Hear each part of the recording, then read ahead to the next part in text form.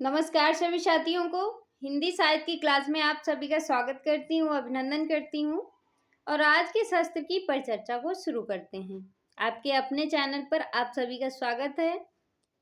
आज हम लोग पीवाईक्यू क्वेश्चन की सीरीज जो कर रहे थे उसी को कंटिन्यू करते हैं।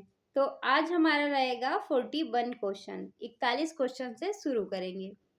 तो क्वेश्चन है, युगों के अनवरत प्रवाह में बड़े बड़े साम्राज्य बह गए। युगों के अनवरत प्रवाह में बड़े बड़े जो साम्राज्य थे वो बह गए।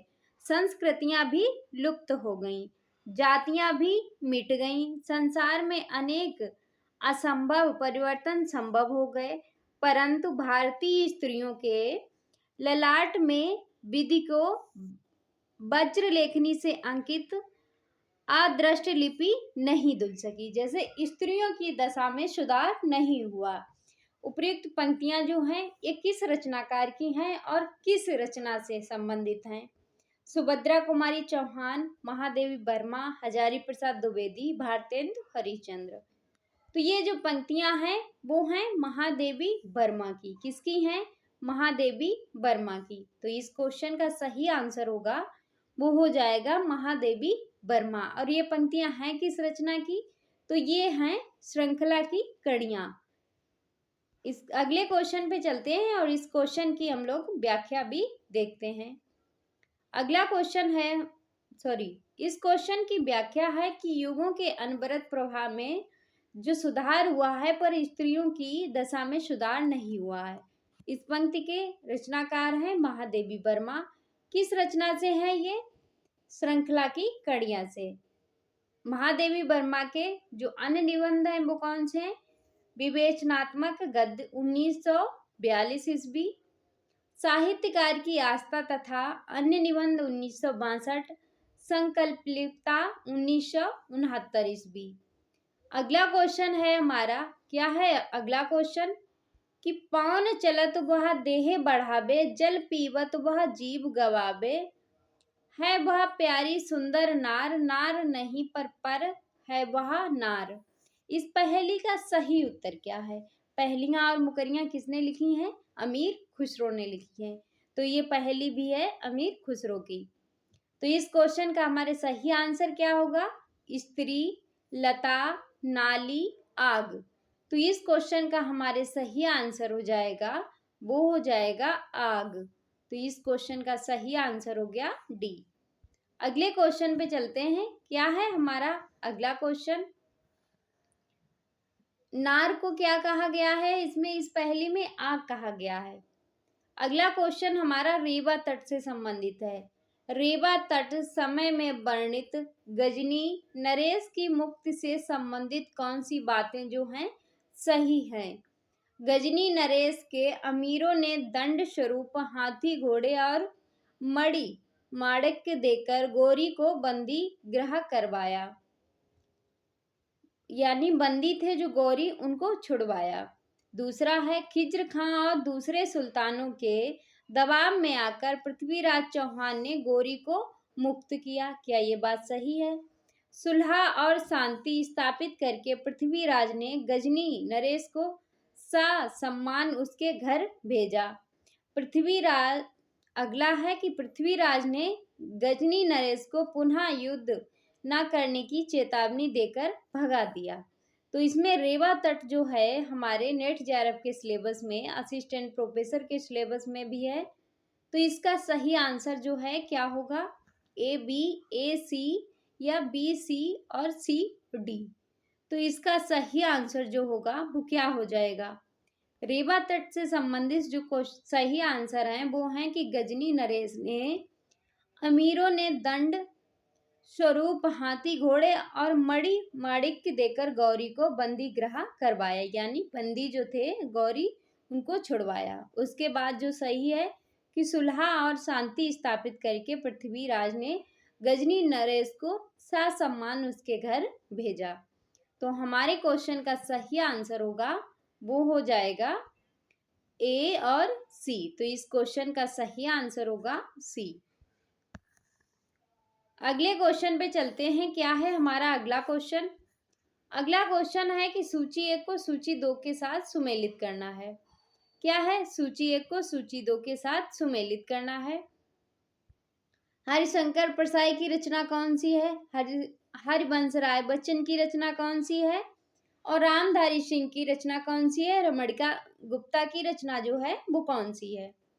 तो इस क्वेश्चन का सही आंसर जो है वो क्या होगा? इसका सही आंसर जो है वो क्या हो जाएगा? रमणिका गुप्ता की जो रचना है वो कौन सी है?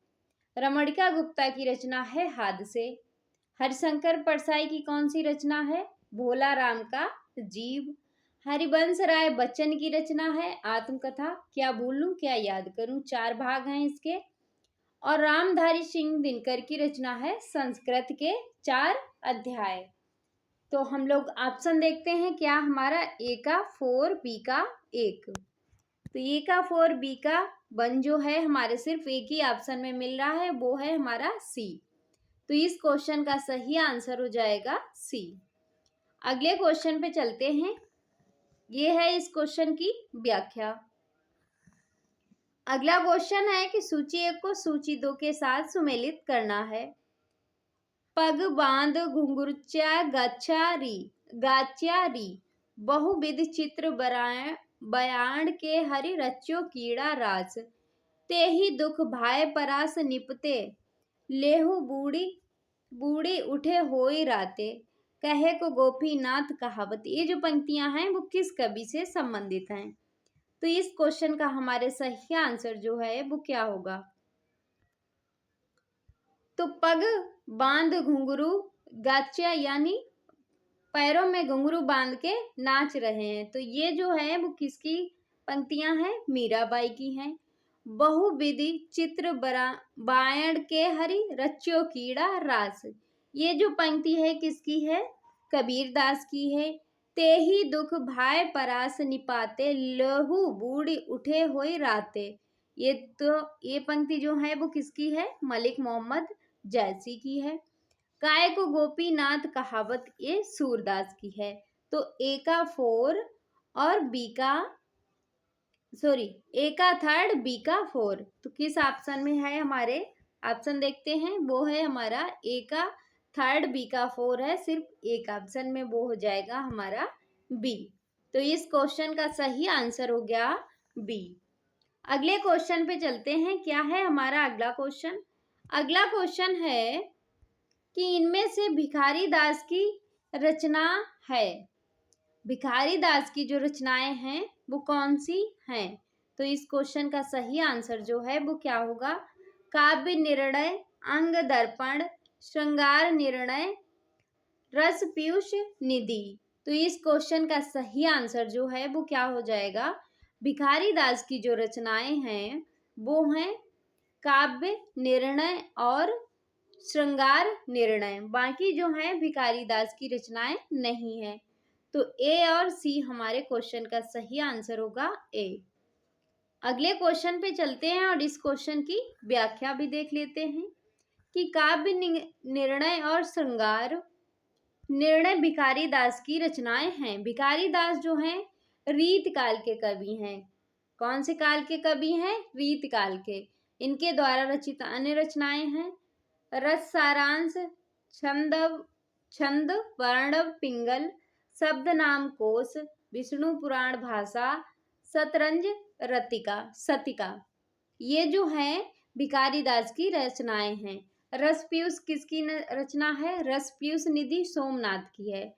अंग दर्पण किसकी है? रस निधि की रचना है। अगला क्वेश्चन है हमारा, क्या है अगला क्वेश्चन? कि पहले घन आनंद सींच सुजान कही बतियां अति प्यार पगी अब लाए वियोग की लाए बलाए बढ़ाए विशस दानगी दगी अखियां दुखरिन कुबनी परी ना कहूँ लगे कौन घरी सू लगी मति दौरी थकी न लाहे ठीक और ठौर आम्हों के मुंह में मिठास ठगी। उपयुक्त जो पंक्तियां हैं ये सवैया छंद है। इसमें कौन सा छंद कौन सा है? इनमें इन पंक्तियों में सवैया छंद है। और जो लाए शब्द इसमें प्रयोग किया गया है, इसमें कौन सा अलंकार है? यमक अलंकार है, श्लेष है, विप्सा है, अवहुनुति है। इसमें लाए लाए कई बार प्रयोग हुआ है। तो इसका सही आंसर क्या हो जाएगा? इसका सही आंसर हो जाएगा यमक अलंकार। अगले क्वेश्चन पे चलते हैं। इस क्वेश्चन की व्याख्या भी देख लेते हैं कि लाए शब्द जो है 2 बार प्रयोग हुआ है, और जहां ये एक शब्द 2 बार प्रयोग होता है वहां पे यमक अलंकार होता है। अगला क्वेश्चन है कि निम्नलिखित में से कौन सा शब्द वाच्यार्थ के लिए प्रयुक्त नहीं होता है? निश्चित अर्थ, मुख्यार्थ, अभिधा शक्ति द्वारा ज्ञात अर्थ, अन्यार्थ अर्थ। तो इस क्वेश्चन का सही आंसर जो है वो क्या हो जाएगा? इस क्वेश्चन का जो सही आंसर है वो हो जाएगा अन्यार्थ अर्थ। तो इस क्वेश्चन का सही आंसर हो गया डी। अगले क्वेश्चन पे चलते हैं। क्या है हमारा अगला क्वेश्चन? अगला क्वेश्चन है एक कहानी यह भी। ये कहानी यह भी जो है इसके परिप्रेक्ष्य में सही तथ्य बताने हैं। स्त्री पुरुष समानता की अभिव्यक्ति, भोगे हुए यथार्थ का मार्मिक चित्रण, पुरुष वर्चस्ववाद की चुनौती, स्त्री की पक्षधरता का निषेध। तो यह एक कहानी यह भी जो रचना है इसके बारे में, इसके विषय में हमें बताना है कि ये किस विषय पर आधारित रचना है। तो ये जो है किस विषय पर आधारित रचना है? इसका सही आंसर होगा कि भोगे हुए यथार्थ का मार्मिक चित्रण और पुरुष वर्चस्ववाद की चुनौती। तो इस क्वेश्चन का सही आंसर होगा बी और सी। तो इस क्वेश्चन का सही आंसर हो जाएगा हमारा सी। अगले क्वेश्चन पे चलते हैं। क्या है हमारा अगला क्वेश्चन?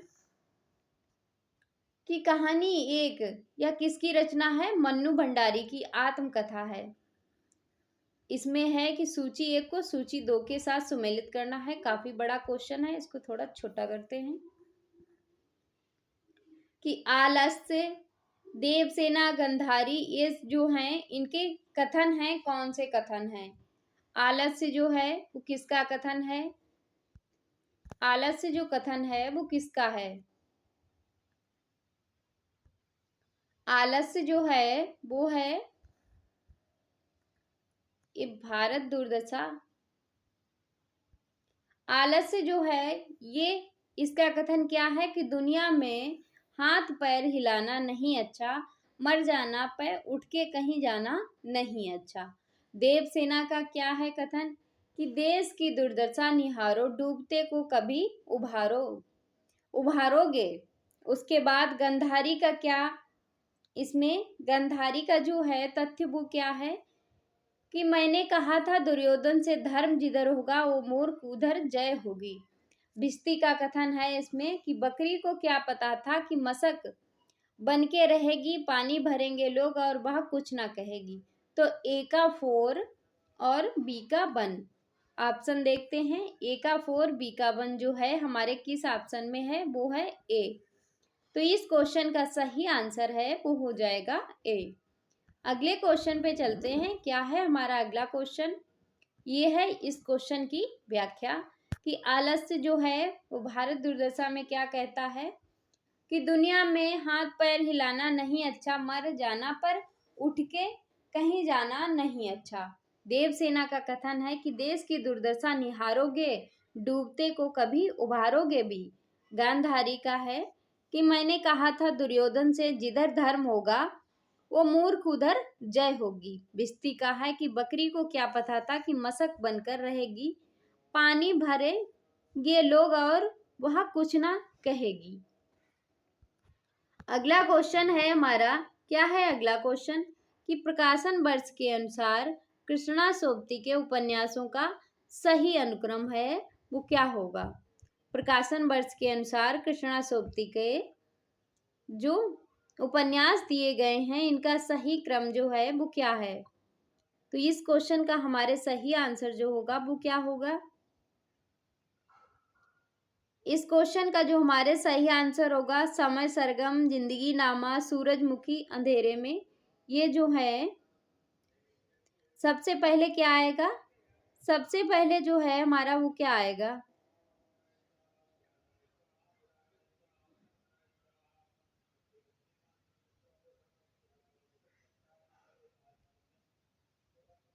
सबसे पहले हमारा आएगा सूरजमुखी अंधेरे में। सूरजमुखी अंधेरे के जो है ये रचना कब की है? 1972 ईस्वी की। कब की है? 1972 की। 1972 की रचना है। उसके बाद आएगा जिंदगी नामा। जिंदगी नामा 1979 की रचना है। कब की है? 1979 की। फिर दिलो दानिश। दिलो दानिश जो है वो कब की रचना है? 1993 की रचना है। 1993। और फिर आएगा समय सरगम। समय सरगम जो है 2000 की रचना है। तो इस क्वेश्चन का हमारे सही आंसर जो है वो क्या हो जाएगा? तो सबसे बाद में आएगा हमारा दिलो दानिश। सबसे पहले आएगा अंधेरे में। तो इस क्वेश्चन का सही आंसर जो है वो क्या हो जाएगा? सबसे पहले सी, फिर लास्ट में ए। तो इस क्वेश्चन का सही आंसर ही होगा ए। अगले क्वेश्चन पे चलते हैं। क्या है हमारा अगला क्वेश्चन? अगला क्वेश्चन है कि अरे यायावर याद रहेगा। क्या है? अरे यायावर याद रहेगा किस विधा की रचना है? यात्रा साहित्य है, आत्मकथा है, रिपोर्टाज है या डायरी है? तो इस क्वेश्चन का सही आंसर जो है वो क्या होगा?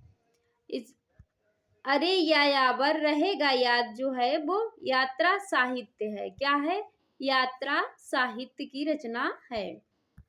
अगले क्वेश्चन पे चलते हैं। क्या है अगला क्वेश्चन? कि प्रकाशन वर्ष की दृष्टि से सही अनुक्रम जो है वो क्या है? हिंदी साहित्य की भूमिका, बाण भट्ट की आत्मकथा, हिंदी साहित्य का आदिकाल, हिंदी सूर साहित्य। तो इस क्वेश्चन का सही आंसर जो है वो क्या होगा? तो सबसे पहले आएगा हमारा सूर साहित्य। सूर साहित्य जो है वो कब का है? 1930 का। 1930 का हमारा सूर साहित्य है। और हिंदी साहित्य की भूमिका जो है ये हजारी प्रसाद द्विवेदी की रचना है। 1940 की रचना है। फिर बाण भट्ट की आत्मकथा, ये कब की रचना है? ये जो है 1946 की रचना है। ये भी हजारी प्रसाद द्विवेदी की ही है। हिंदी साहित्य का आदिकाल कब का है? तो इस क्वेश्चन का जो सही आंसर होगा वो क्या होगा? सबसे पहले आएगा डी। तो ये हो जाएगा सी। इस क्वेश्चन का सही आंसर हो जाएगा सी।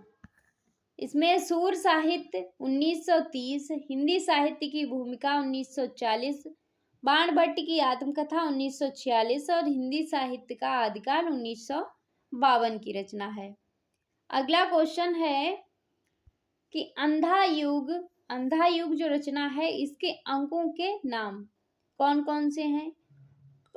कौरव नगरी का विनाश, पांडव विजय, पशु का उदय, गांधारी का शाप। तो इस क्वेश्चन का सही आंसर जो है वो क्या हो जाएगा? अंधा युग के जो अंकों का नाम है वो क्या होगा? पशु का उदय और गांधारी का शाप। तो ये हो जाएगा हमारा सी और डी। इस क्वेश्चन का सही आंसर होगा सी और डी। अगले क्वेश्चन पे चलते हैं। अंधा युग के अंकों का नाम, पशु का उदय, अंधा युग, शराब, गांधारी का श्राप जो है। अंधा युग नाटक के लेखक कौन है? धर्मवीर भारती। ये एक ऐसा नाटक है, गीत नाट्य है। गीत नाट्य है। इसका प्रकाशन वर्ष क्या है? 1955। इसका कथानक महाभारत युद्ध के अंतिम दिन पर आधारित है। अंधा युग का जो विषय है वो महाभारत युद्ध के अंतिम दिन पर आधारित है। इस नाटक के 5 अंक हैं जो क्रमशः हैं कौरव नगरी, पशु का उदय, अश्वत्थामा का अर्ध सत्य, गांधारी का शाप, समापन, प्रभु की मृत्यु। अगले क्वेश्चन पे चलते हैं। क्या है हमारा अगला क्वेश्चन? अगला क्वेश्चन है कि जैसन कहात बाड़ा जोगी, बैसन बढ़त बाड़े रोगी, बड़ सत सतिया साहब राम।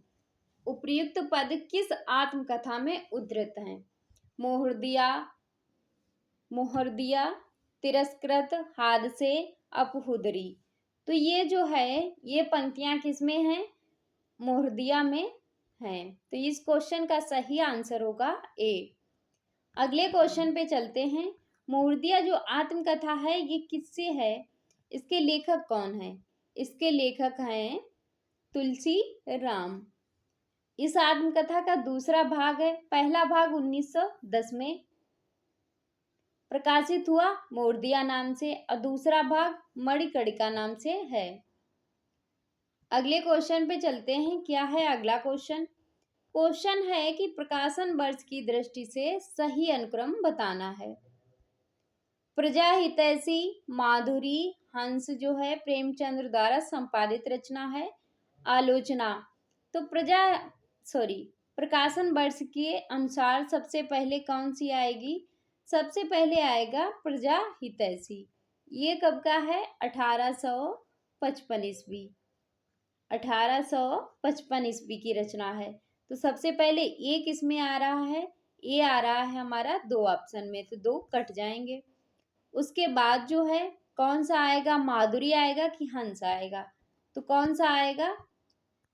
वो आएगा हमारा माधुरी।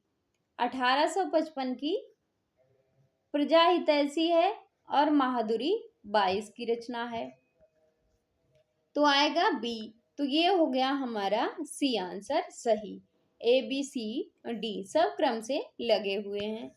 इस क्वेश्चन की व्याख्या है कि प्रकाशन वर्ष है और संपादक हैं प्रजा हितैषी। ये जो है पत्रिका है। प्रजा हितैषी जो है 1855 में प्रकाशित हुई थी। इसके संपादक कौन थे? राजा लक्ष्मण सिंह। माधुरी जो है 1922 ईस्वी की रचना है। दुलारे लाल भार्गव जो हैं इसके संपादक हैं। हंस पत्रिका है, इसका प्रकाशन वर्ष है 1930। संपादक हैं प्रेमचंद्र। आलोचना 1951 की, संपादक सिद्धांत सिंह चौहान। अगला क्वेश्चन है कि डूब बची लक्ष्मी पानी में, डूब बची लक्ष्मी पानी में, सती आग में पैठ, जिए उर्मिला करे प्रतीक्षा, सहे सभी घर बैठ, विधि से चलता रहे विधान, विधि से चलता रहे विधान। उपयुक्त काव्य पंक्तियां जो हैं इससे स्त्री की किस मानसिकता का वर्णन हुआ है? स्त्री की दुनिया घर तक सीमित है, स्त्री सामाजिक विधान को तोड़ने के लिए उद्यत है, स्त्री विपरीत परिस्थितियों का सामना करने में सक्षम है, स्त्री अपने दुख को उत्सव धर्मी बनाना चाहती है। तो इन पंक्तियों का जो सही मानसिकता जो है वो क्या है कि स्त्री की दुनिया जो है वो घर तक सीमित है। इन पंक्तियों से ये बात जाहिर होती है। तो इस क्वेश्चन का सही आंसर होगा ए। अगले क्वेश्चन पे चलते हैं और इस क्वेश्चन के ये जो पंक्तियां हैं वो हैं किसकी? ये पंक्तियां जो हैं मैथिली शरण गुप्त की हैं। किससे हैं? साकेत से हैं, नवम वर्ग से हैं। तो अगले क्वेश्चन पे चलते हैं। क्या है हमारा अगला क्वेश्चन? अगला क्वेश्चन है कि हिंदी साहित्यकारों के जीवन पर आधारित उपन्यास है, कौन सा है? महासमर, मानस का हंस, बाणभट्ट की आत्मकथा, खंजन नयन। तो हिंदी साहित्यकारों के जीवन पर आधारित जो उपन्यास हैं वो कौन कौन से हैं? वो है हमारा मानस का हंस और खंजन नयन। तो इस क्वेश्चन का सही आंसर होगा ए, बी और डी। अगले क्वेश्चन पे चलते हैं। खंजन नयन जो है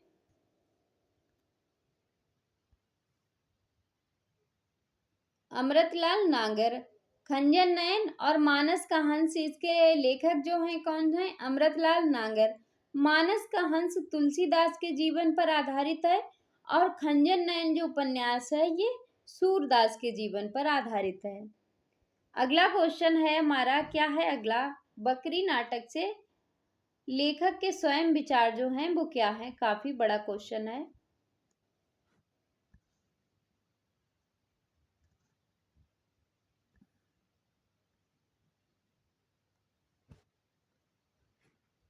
बकरी नाटक के बारे में स्वयं लेखक के विचार हैं, क्या हैं कि यह नाटक ना लिखा जाता यदि हिंदी में कोई ऐसा नाटक होता तो जिसमें जन चेतना को लोक भाषा और लोक रूपों के माध्यम से सामाजिक अन्याय के साथ जोड़ने का एक नया व्याकरण देखने को मिलता। तो इसका सही आंसर क्या होगा? दूसरा है, बी ऑप्शन है कि यह नाटक लिख लेने के बाद मैंने इब्राहिम अलकाजी से आग्रह किया कि इसे रंगमंच पर प्रस्तुत करें। सी और डी ऑप्शन भी देखते हैं कि इस नाटक के सभी निर्देशकों ने इसके मूल आलेख में कोई परिवर्तन नहीं किया। यदि हिंदी के नाटककार यशाफार्थी ना होकर आम आदमी को पीड़ा आम आदमी की जबान में आम आदमी के बीच ले जाना हिंदी रंगमंच के लिए अनिवार्य मानते थे, यह नाटक ना लिखा जाता। तो बकरी नाटक जो है इससे संबंधित लेखक के स्वयं विचार जो हैं वो क्या हैं?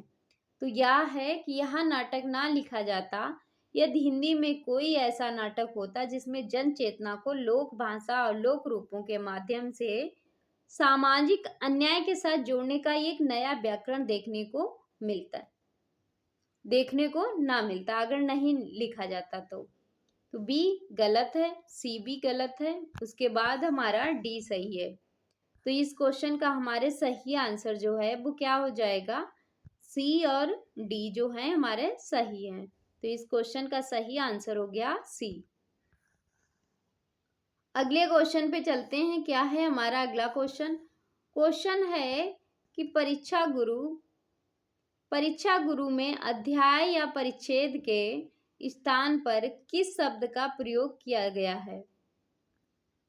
परीक्षा गुरु में जो अध्याय या परिच्छेद के स्थान पर जो जिस शब्द का उपयोग किया गया है वो कौन सा शब्द है? अनुच्छेद, प्रकरण, सर्ग, काल। तो वो है प्रकरण। तो इस क्वेश्चन का सही आंसर जो हो जाएगा वो होगा बी। इस क्वेश्चन की व्याख्या है कि परीक्षा गुरु उपन्यास में अध्याय या परिच्छेद के स्थान पर प्रकरण शब्द का प्रयोग किया गया है। परीक्षा गुरु उपन्यास जो है कब का है? 1882 ईस्वी। इसके लेखक कौन है? लाला श्रीनिवास दास। रामचंद्र शुक्ल ने लाला श्रीनिवास दास को परीक्षा गुरु को अंग्रेजी के ढंग का हिंदी का पहला मौलिक उपन्यास माना है। किसने? रामचंद्र शुक्ल ने। तो ये था आज का शस्त्र। आज के शस्त्र को यहीं पे समाप्त करते हैं। मिलते हैं अगले शस्त्र में। तब तक के लिए जय हिंद।